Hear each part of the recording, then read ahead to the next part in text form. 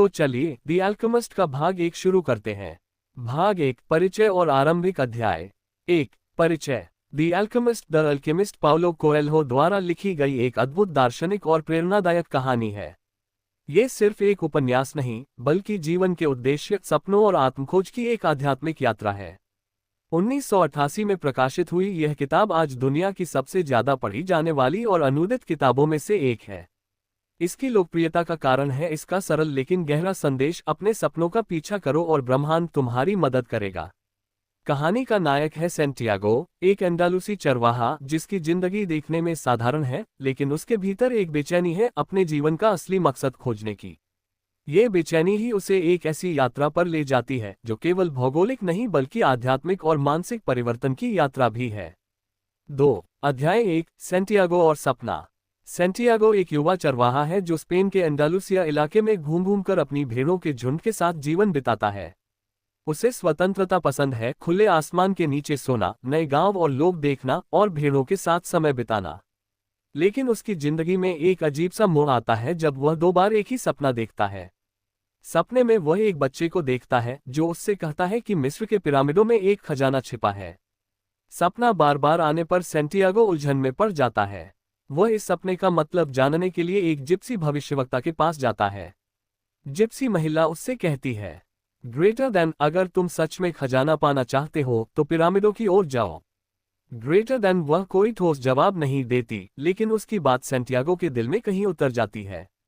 3, मेल्चिजेदेक से मुलाकात। सैंटियागो की असली यात्रा तब शुरू होती है जब वह एक अजनबी बूढ़े व्यक्ति से मिलता है जो खुद को सलेम का राजा मेल्चिजेदेक बताता है। मेल्चिजेदेक उसे एक अद्भुत विचार समझाता है। हर इंसान का एक पर्सनल लेजेंड, व्यक्तिगत किंवदंती होता है जो उसकी जिंदगी का असली मकसद है। जब तुम अपने पर्सनल लेजेंड का पीछा करते हो तो पूरा ब्रह्मांड तुम्हारी मदद करने लगता है। मेल्चिजेदेक सैंटियागो को 2 रहस्यमय पत्थर देता है, उरीम और थूमीम, जो हाँ और ना के जवाब देने में मदद करते हैं। यह मुलाकात सैंटियागो के जीवन का टर्निंग पॉइंट बनती है। 4, अफ्रीका की ओर पहला कदम। अपना झुंड बेचकर सैंटियागो मिस्र की यात्रा के लिए निकल पड़ता है। वह टेरिफा से नाव लेकर उत्तरी अफ्रीका के टांगियर शहर पहुंचता है। लेकिन वहां उसका पहला अनुभव कड़वा होता है। एक आदमी जो खुद को मददगार बताता है, उसका सारा पैसा चुरा लेता है। यहां सैंटियागो को पहली बार एहसास होता है कि सपनों के रास्ते में धोखे, कठिनाइयां और अकेलापन भी आते हैं। फिर भी वह हार नहीं मानता और निश्चय करता है कि चाहे जैसे भी हो, वह अपने खजाने की तलाश जारी रखेगा। पुष्पिन, इस पहले भाग में हमने कवर किया लेखक और किताब का परिचय, सैंटियागो का सपना, मेल्चिजेदेक से मुलाकात, मिस्र की यात्रा की शुरुआत और पहली कठिनाई। भाग 2, क्रिस्टल व्यापारी और रेगिस्तान की यात्रा। 5, क्रिस्टल व्यापारी के साथ समय। सारा पैसा चोरी होने के बाद सैंटियागो टांगियर में बिल्कुल अकेला था। न उसके पास कोई जान पहचान वाला था, न भाषा आती थी और न ही घर वापस जाने के लिए साधन। लेकिन उसने हार मानने के बजाय काम ढूंढने का निश्चय किया। उसे एक क्रिस्टल बेचने वाले व्यापारी की दुकान में काम मिल जाता है। क्रिस्टल व्यापारी एक बूढ़ा, थोड़ा निराश और जीवन से थका हुआ इंसान था। उसकी दुकान पहले अच्छी चलती थी, लेकिन अब ग्राहकों की कमी थी। सैंटियागो ने अपनी मेहनत और नए विचारों से उसकी दुकान में फिर से रौनक ला दी। उसने दुकान की सफाई की, नए डिस्प्ले के आइडिया दिए, पहाड़ी पर एक चाय की सेवा शुरू करने का सुझाव दिया ताकि ग्राहक दुकान में रुकें। धीरे धीरे दुकान की बिक्री बढ़ने लगी। सैंटियागो ने यहाँ 2 बड़े सबक सीखे। 1, कभी भी लोग अपने सपनों का पीछा इसलिए नहीं करते क्योंकि उन्हें डर होता है कि अगर सपना पूरा नहीं हुआ तो क्या होगा। 2, मेहनत और नवाचार किसी भी परिस्थिति को बदल सकते हैं। 6, सपनों की ओर फिर से कदम। 1 साल क्रिस्टल व्यापारी के साथ काम करने के बाद सैंटियागो ने काफी पैसा कमा लिया।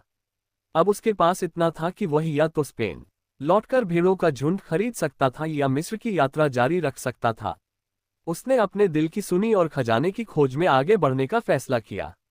7, रेगिस्तान की ओर यात्रा। सैंटियागो एक कारवां में शामिल हो गया जो विशाल सहारा रेगिस्तान को पार करके मिस्र की ओर जा रहा था। यहाँ उसकी मुलाकात एक अंग्रेज व्यक्ति से हुई जो अल्केमी, धातु को सोने में बदलने की कला का छात्र था। अंग्रेज ने सैंटियागो को कई किताबों और अल्केमी के रहस्यों के बारे में बताया, खासकर फिलॉसफर्स स्टोन और एलिक्सिर ऑफ लाइफ के बारे में। रेगिस्तान की यात्रा लंबी और कठिन थी। कभी तूफान आता, कभी पानी की कमी होती और चारों तरफ सिर्फ रेत और आसमान। लेकिन इस यात्रा में सैंटियागो ने सीखा कि धैर्य, अवलोकन और प्रकृति से जुड़ाव इंसान को बहुत कुछ सिखा सकता है।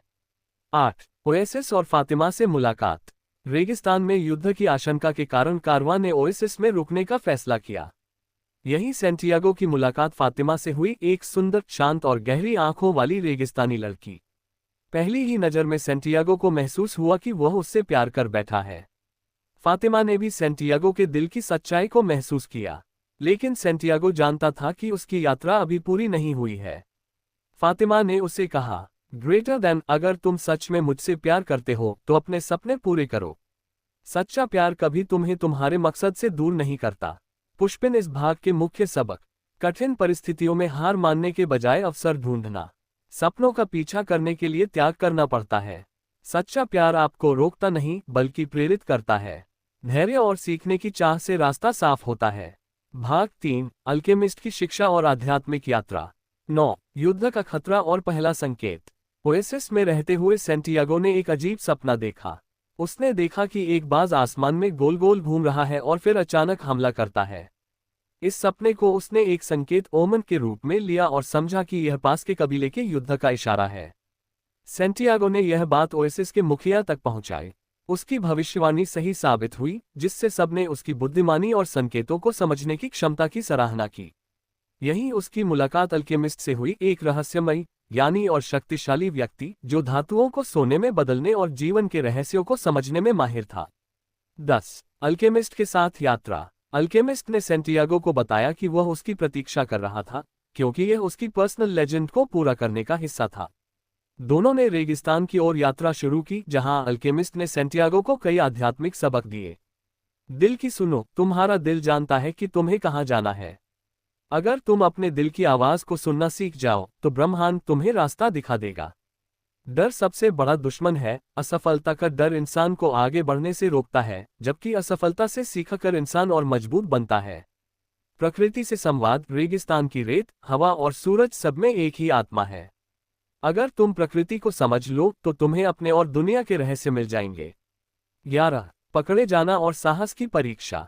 यात्रा के दौरान सैंटियागो और अल्केमिस्ट को एक सैन्य कबीले ने पकड़ लिया।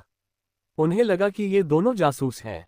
अल्केमिस्ट ने सैंटियागो की परीक्षा लेते हुए कहा कि वह 3 दिनों में खुद को हवा में बदल देगा। शुरुआत में सैंटियागो को यह असंभव लगा, लेकिन उसने रेगिस्तान, हवा और सूरज से संवाद किया और अंत में ब्रह्मांड की आत्मा से जुड़कर यह कर दिखाया। इससे सैनिक हैरान रह गए और दोनों को छोड़ दिया गया। 12. मिस्र के पिरामिड और खजाने का सच। आखिरकार सैंटियागो पिरामिडों के पास पहुंचा। उसने वहां खुदाई की, लेकिन उसे कुछ नहीं मिला। तभी कुछ चोर आए और उसे पीटकर लूटने लगे।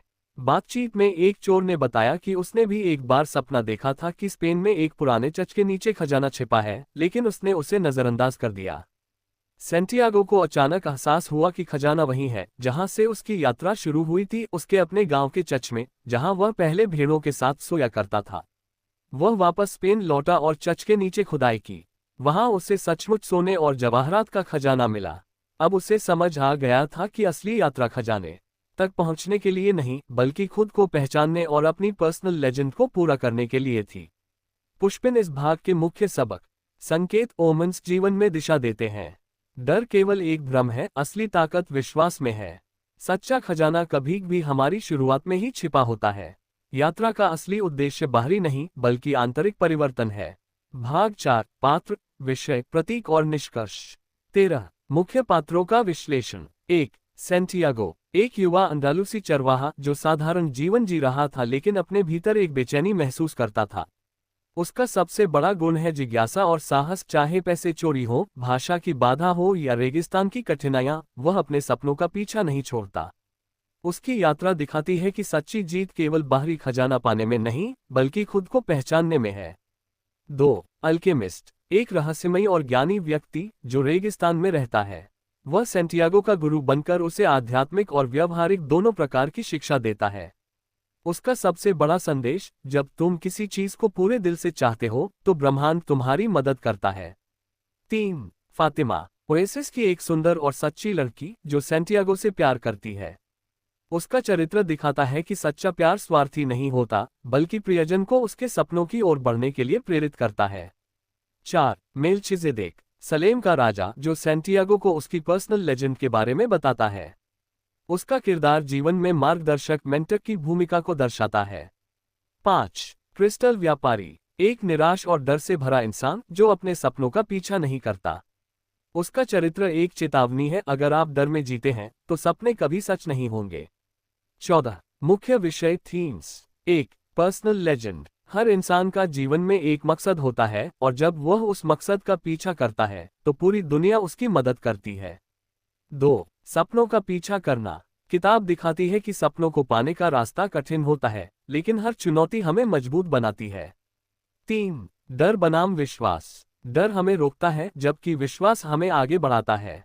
4. प्रकृति और आध्यात्मिकता, रेगिस्तान, हवा, सूरज, ये सब सिखाते हैं कि हम सब एक ही ब्रह्मांड की आत्मा का हिस्सा हैं। 5. प्रेम और त्याग, सच्चा प्रेम आपको सपनों से दूर नहीं करता बल्कि उन्हें पूरा करने के लिए प्रेरित करता है।